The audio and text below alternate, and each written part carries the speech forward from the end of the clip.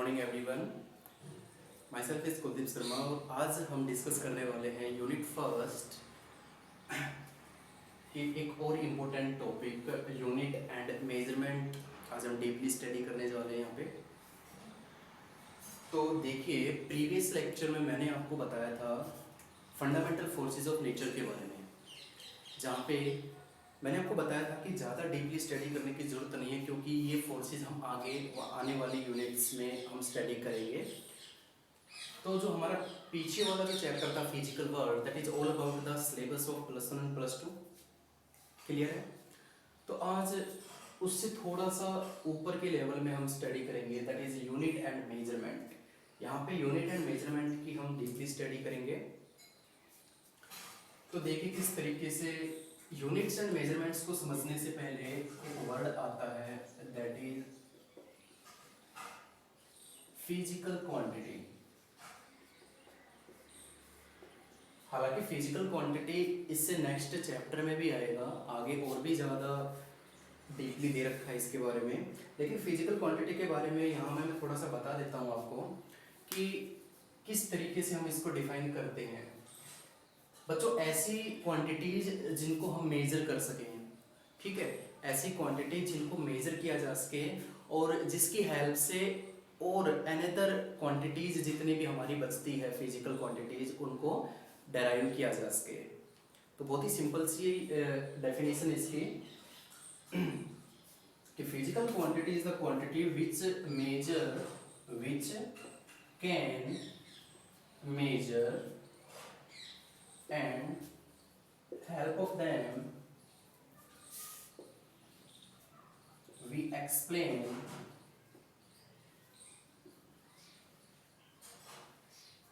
other physical phenomena। ठीक है, ये बात हुई फिजिकल क्वांटिटी की। अब देखिए एक एग्जांपल के तौर पे हम समझते हैं इसको कि जैसे किसी भी बंदे को फीवर होता है, डॉक्टर के जाते हैं, तो क्या fever is a physical quantity? तो हमारा आज का क्वेश्चन यही है कि क्या fever is a physical quantity और नॉट? तो सिंपल सी बात है, फीवर एक फिजिकल क्वांटिटी नहीं मानी जाती। हम कह देते हैं कि इसके फीवर हुआ है, लेकिन याद रखना, आपने देखा होगा कि फीवर चेक नहीं किया जाता। क्या चेक किया जाता है फीवर होने पे? टेम्परेचर चेक किया जाता है with the help of a thermometer. तो temperature is a physical quantity और नॉट ए फीवर। तो ये हमेशा याद रखना कि फीवर एक फिजिकल क्वांटिटी नहीं हो। तो हमारा नेक्स्ट क्वेश्चन आता है इसमें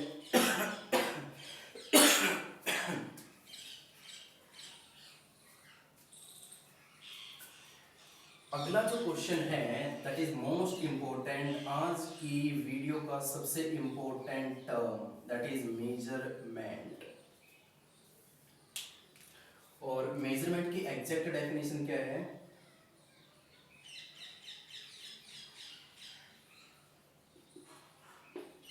कंपैरिजन विद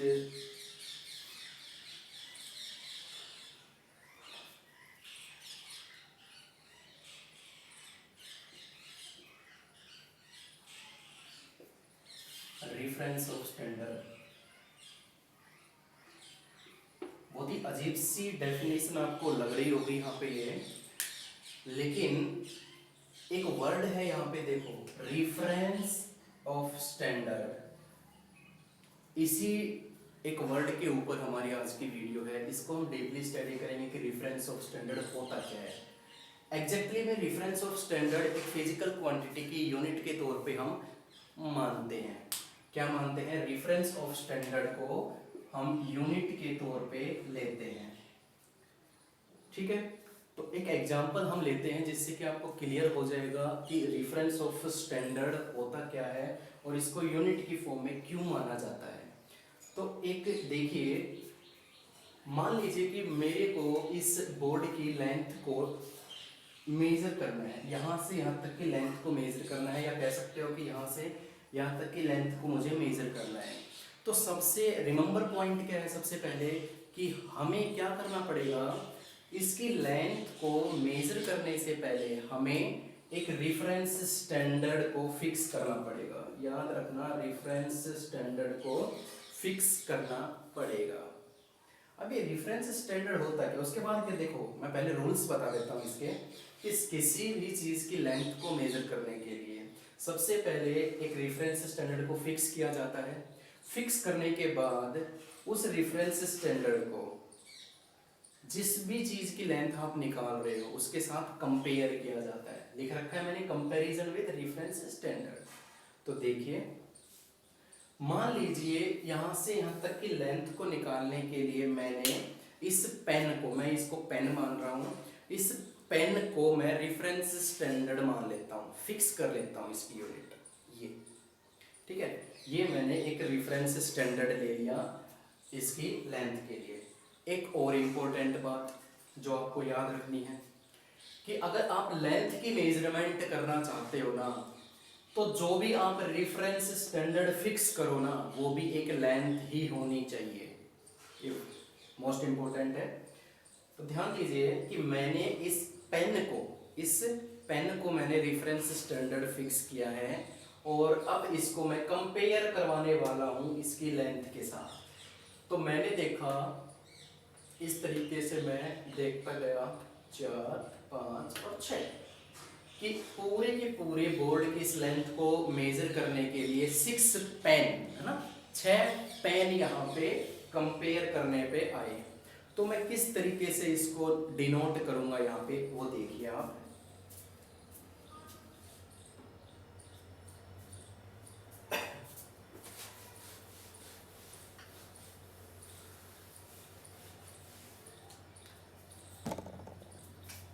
तो लेंथ कितनी आई है इस पूरे की, दैट इज 6 पेन आया था ना, दैट इज 6 पेन। हमेशा याद रखना, पेन को हमने एक यूनिट के तौर पे लिया है। जो रेफरेंस स्टैंडर्ड होता है ना, वही यूनिट कहलाती है। और यहाँ पे मैंने पेन को लिया है। अब आप ये मत कहना कि 6 पेन है तो मैं इसको पेन्स लिख सकता हूँ। बच्चों हमेशा याद रखना, जो यूनिट होती है ना, यूनिट, वो कभी भी उसके पीछे कभी भी एस और ईएस नहीं लगाया जाता। तो पेन को आप पेन ही बोलोगे। क्लियर है? अब आपको यहाँ पे देखो 2 चीज देखने को मिल रही है। ये एक फिजिकल क्वांटिटी है लेंथ, ठीक है, तो इसका मैग्नीट्यूड हम निकालने की कोशिश कर रहे हैं। इसको मैं लिखूंगा मैग्नीट्यूड ऑफ फिजिकल क्वांटिटी। और what is this? This is a numerical value, 1 2 3 4 ऐसे, ये है एक numerical value, multiply this is unit, this is unit. Okay, magnitude of physical quantity को मैं ऐसे लिख सकता हूँ P की फॉर्म में, न्यूमेरिकल वैल्यू को मैं N लिख सकता हूँ और यूनिट को मैं U लिख सकता हूँ। तो एक ये फॉर्मूला आपको बुक में लिखा मिलेगा, इसके ऊपर बहुत थ्योरेटिकल बातें लिख रखी हैं, वो वहाँ से समझ में नहीं आती। अब शायद आपको थोड़ा बहुत क्लियर हो रहा होगा इस एग्जाम्पल के रूप में कि यहाँ पे 2 चीज़ों से मिलकर किसी भी फिजिकल क्वांटिटी का मैग्नीट्यूड बनता है। एक होती है आपकी न्यूमेरिकल वैल्यू और एक होती है आपकी यूनिट। तो एक ये फॉर्मूला बनके आपका यहाँ पे आता है, ठीक है, एक न्यूमेरिकल वैल्यू और एक यूनिट यहाँ पे हम लेके चलते हैं। इसके बाद जो हमारा टॉपिक आता है, देखिए बच्चों, ये हमारा पहला स्टेप था कि किसी भी चीज की अगर लेंथ को मेजर करना है तो हमें क्या करना पड़ेगा। पहला स्टेप है कि उसका एक रेफरेंस स्टैंडर्ड फिक्स करना पड़ेगा। रेफरेंस स्टैंडर्ड मतलब एक यूनिट मेजर करनी पड़ेगी। दूसरा रिमेंबर पॉइंट ये है कि किसी भी चीज की अगर आप लेंथ निकालना चाह रहे हो तो जो आप रेफरेंस स्टैंडर्ड को फिक्स करते हो ना, वो एक लेंथ की फॉर्म में ही होना चाहिए, जैसे कि मैंने एक पेन को यहाँ पे माना था, ठीक है। तीसरा रूल ये है कि फिक्स करने के बाद उसको कंपेयर करो। जैसे कि मैंने बोर्ड के साथ इस पेन को कंपेयर किया तो ये 6 पेन मिलकर इस बोर्ड की लंबाई को मेजर करते हैं, ठीक है। तो वहां हमें देखने को मिलता है कि एक फिजिकल क्वांटिटी का मैग्नीट्यूड, मैग्नीट्यूड मतलब जो मेजर किया जा सके जिसको, ठीक है। तो उसका मैग्नीट्यूड निकालने के लिए हमें एक न्यूमेरिकल वैल्यू मिली यहाँ से और एक यूनिट हमें यहाँ से मिली। तो ये आपका आज पहला स्टेप था समझने का। अब हम अगले लेवल पे बढ़ते हैं।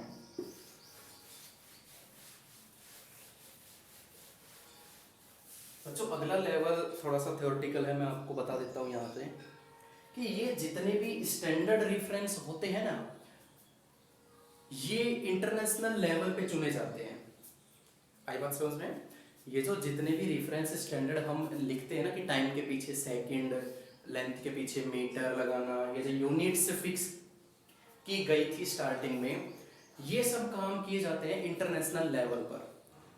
फ्रांस के अंदर एक ऑफिस है जहां पे, जिसका नाम क्या दिया गया है, international bureau of weight and measurement. क्या है वो? याद रखना हमेशा, international bureau of weight and measurement. ठीक है बच्चों, याद रखना। और ये जो चीज आई है ना, ये एक ये फ्रांस के अंदर है।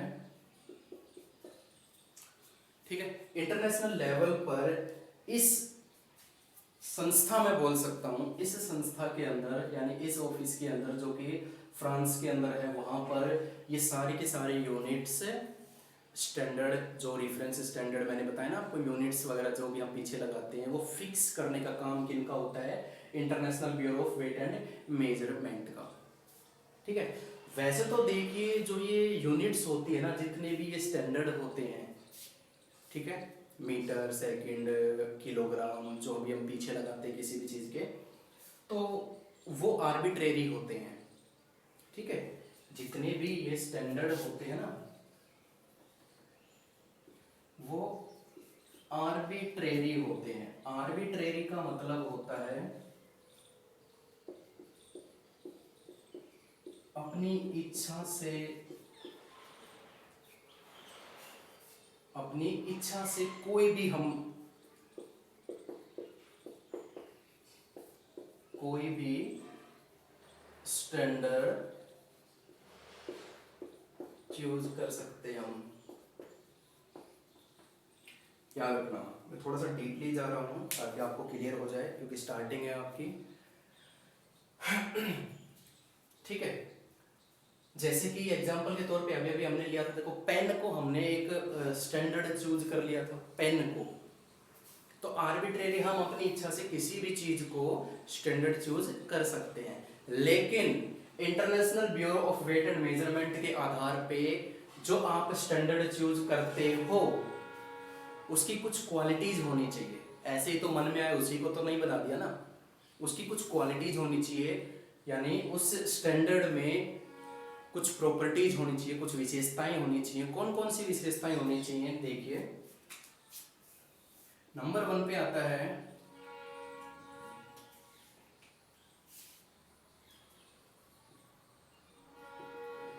Internationally accepted.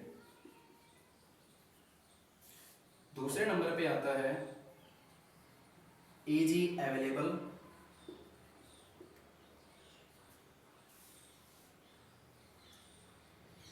तीसरे नंबर पे आता है आपका, देखिए सबसे पहले हम डिस्कस कर लेते हैं कि इंटरनेशनली एक्सेप्टेड का मतलब क्या होता है, कि इसको कंपैरिजन बहुत इजी हो, कंपैरिजन करना बहुत इजी हो, सबके साथ कंपेयर ये किया जा सके। जैसे कि मैंने पेन को कंपेयर किया था इसके साथ, तो इजीली हो गया था, सब कुछ कोई भी कर सकता है। ठीक है। इजीली अवेलेबल, सबको आसानी से मिल सके ये। ठीक है। और इसमें जो तीसरी प्रॉपर्टी होती है, और जो सबसे इंपॉर्टेंट मानता हूं मैं, that is does not change with time. Does not change with time मतलब क्या हुआ कि ऐसी कोई भी स्टैंडर्ड हमें नहीं लेना है जो समय के साथ साथ चेंज होता जाए। जैसे कि आइस क्यूब ले लिया, किसी भी चीज को मेजर करने के लिए अगर आपने आइस क्यूब को स्टैंडर्ड चूज कर लिया, तो आप देखोगे कि समय के साथ साथ आइस क्यूब मेल्ट होता जाएगा, कम होता जा रहा है। तो ऐसी चीज़ हमें नहीं लेनी है। जैसे हमने पेड़ ले लिया, पौधा ले लिया कोई, तो समय के साथ साथ उसकी लंबाई बढ़ती जाएगी, तो वो स्टैंडर्ड नहीं हुआ। तो ऐसा स्टैंडर्ड हमें चूज नहीं करना है कि जो कि समय के साथ साथ चेंज हो। तो ये 3 प्रॉपर्टीज होनी चाहिए, 3 ऐसे गुण हैं जो कि एक स्टैंडर्ड में होने चाहिए, जो कि international bureau of weight and measurement ने हमें दिए थे। ठीक है, ये आपका एक थ्योरेटिकल था। अब एक और एग्जांपल के जरिए से मैं आपको ये समझाता हूँ। ठीक है, एक बार फिर से रिकॉल कर लेता हूँ इसको फास्टली। कि देखिए बच्चों, मैंने बताया था कि जो भी स्टैंडर्ड हम चूज करते हैं ना, उनको चूज करने का काम होता है किसका? International bureau of weight and measurement नाम की एक संस्थान है फ्रांस के अंदर, वही ये डिसाइड करते हैं।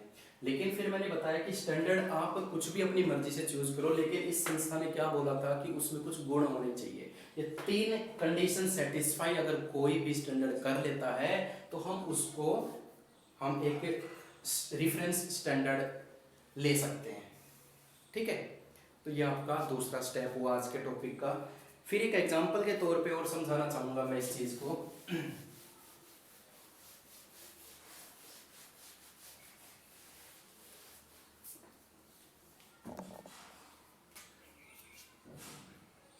मान लीजिए किसी भी चीज का वेट है 50 केजी, 50 केजी।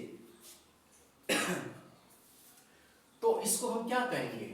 केजी क्या है? केजी है एक रेफरेंस स्टैंडर्ड। जो रेफरेंस स्टैंडर्ड होते हैं ना, वही क्या होते हैं? यूनिट। यानी ये तो हो गई यूनिट, और ये क्या हो गई? एक न्यूमेरिकल वैल्यू।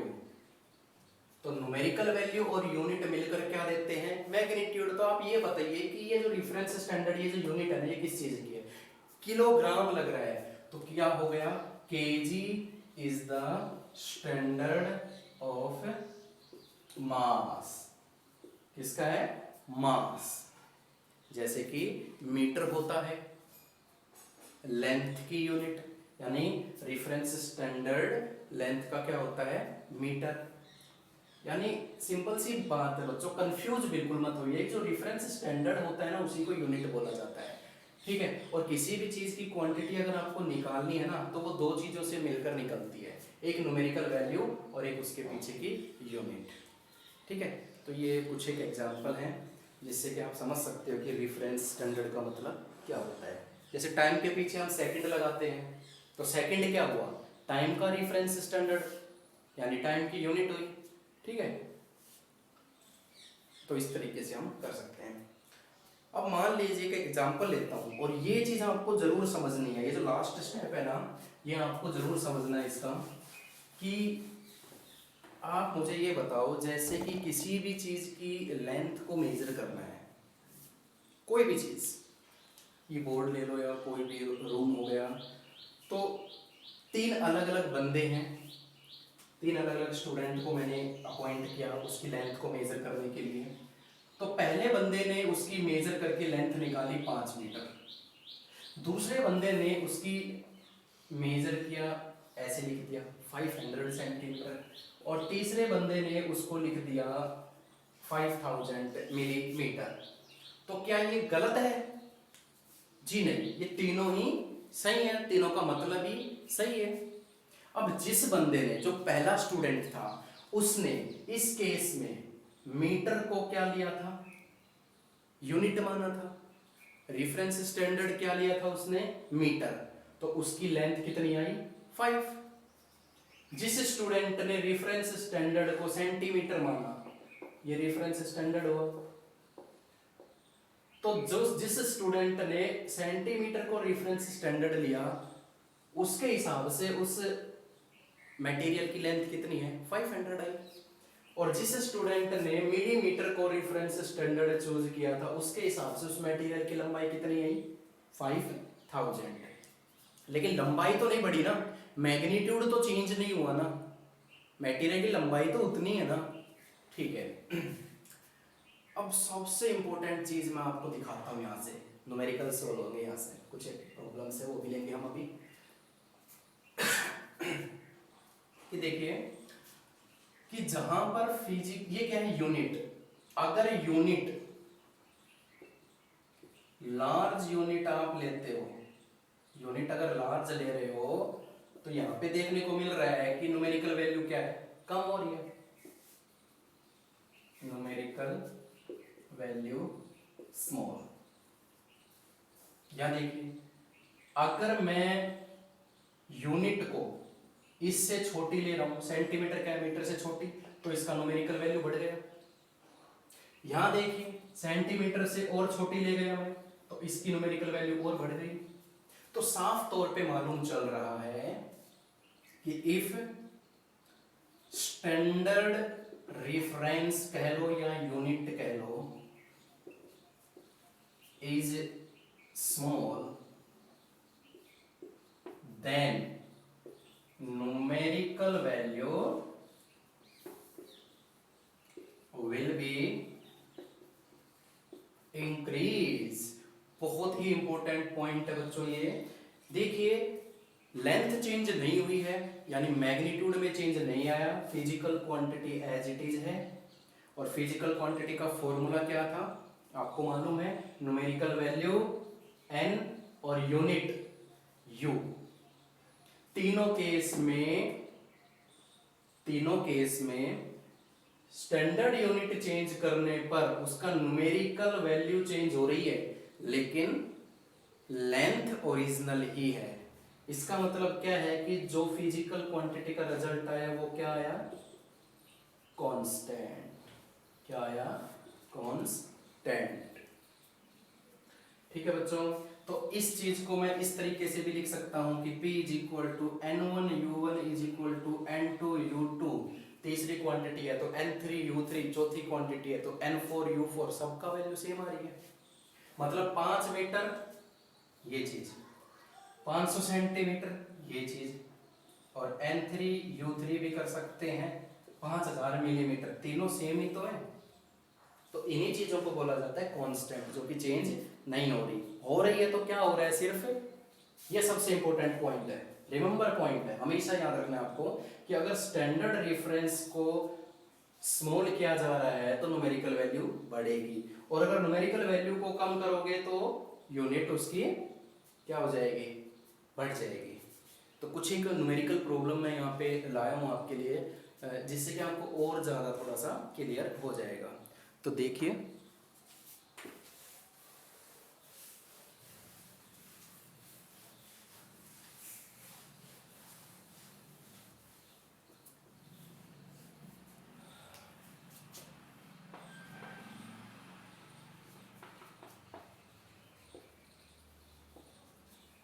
ये एक न्यूमेरिकल प्रॉब्लम, यहाँ आपको जस्ट सिर्फ ये आइडेंटिफाई करना है कि लार्जर यूनिट कौन सी है।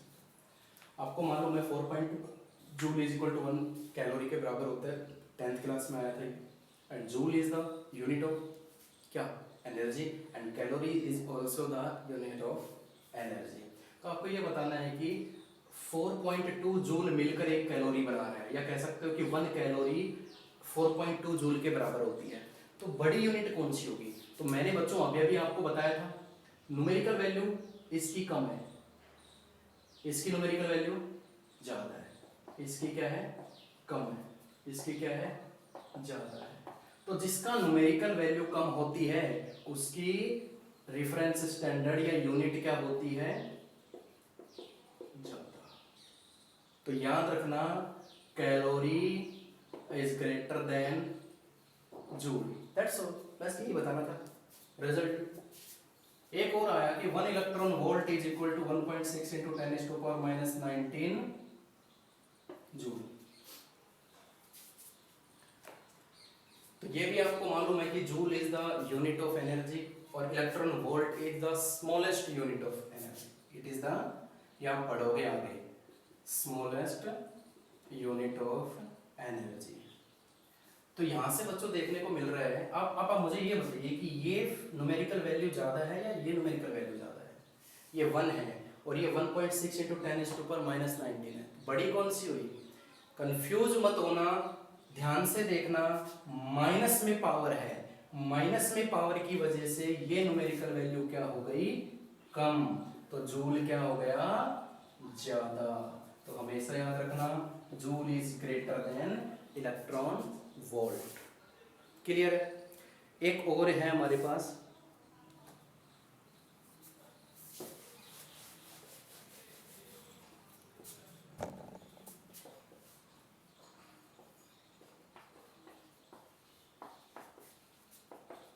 One volt is equal to 1/300 state volt. कौन सी क्वांटिटी यहाँ पे ज्यादा है?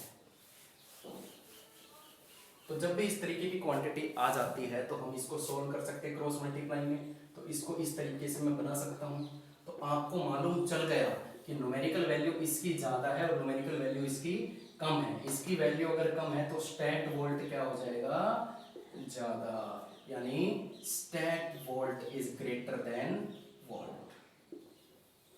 तो आपको जस्ट इस तरीके के मेजरमेंट्स के, ये न्यूमेरिकल प्रॉब्लम है, इसको हम न्यूमेरिकल प्रॉब्लम कह भी नहीं सकते, जस्ट आइडेंटिफाई करना है यस और नो, कौन सी बढ़िया कौन सी कम है। और किस आधार पे आप ये डिसाइड करोगे, जो मैंने अभी पीछे जितने भी डिस्कस की हैं चीज़ें उनके रिजल्ट के आधार पे, कि अगर फिजिकल क्वांटिटी, क्वांटिटी यानी यूनिट जो रेफरेंस स्टैंडर्ड हम चूज करते हैं, पीछे जो हम लगाते हैं, अगर वो ज़्यादा हुआ तो न्यूमेरिकल वैल्यू कम हो जाएगी। क्लियर है? एक और बेहतरीन एग्जांपल है मेरे पास, जैसे कि मैं 100 लेता हूँ। अगर मैं इसे 100 को मैं ऐसे भी तो लिख सकता हूँ 20 × 5, ठीक है। तो अगर मैं इस चीज को इंक्रीज करूं तो ये चीज अपने आप ही डिक्रीज हो जाएगी। इस चीज को मैं यूनिट की फॉर्म में लिख लेता हूं, कंपेयर, जस्ट एक एग्जांपल दिया है, इतना कुछ सोचने की जरूरत नहीं है इसमें, ठीक है। और इसको मैंने न्यूमेरिकल वैल्यू का नाम दिया है। तो अगर मैं यूनिट को बढ़ाऊंगा तो ऑब्वियसली न्यूमेरिकल वैल्यू अपने आप ही कम होती चली जाएगी। तो अगर मैं यहाँ पे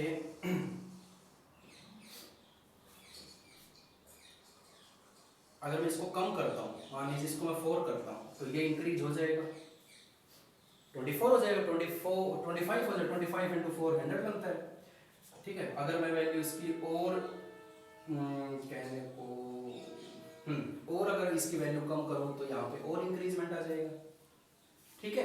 तो देखो यूनिट कम होती जा रही है और ये बढ़ती जा रही है, ये कम होती जा रही है, ये बढ़ती जा रही है, लेकिन याद रखना रिजल्ट हमेशा वही आएगा। इसीलिए तो मैंने बोला था कि P = NU = कांस्टेंट।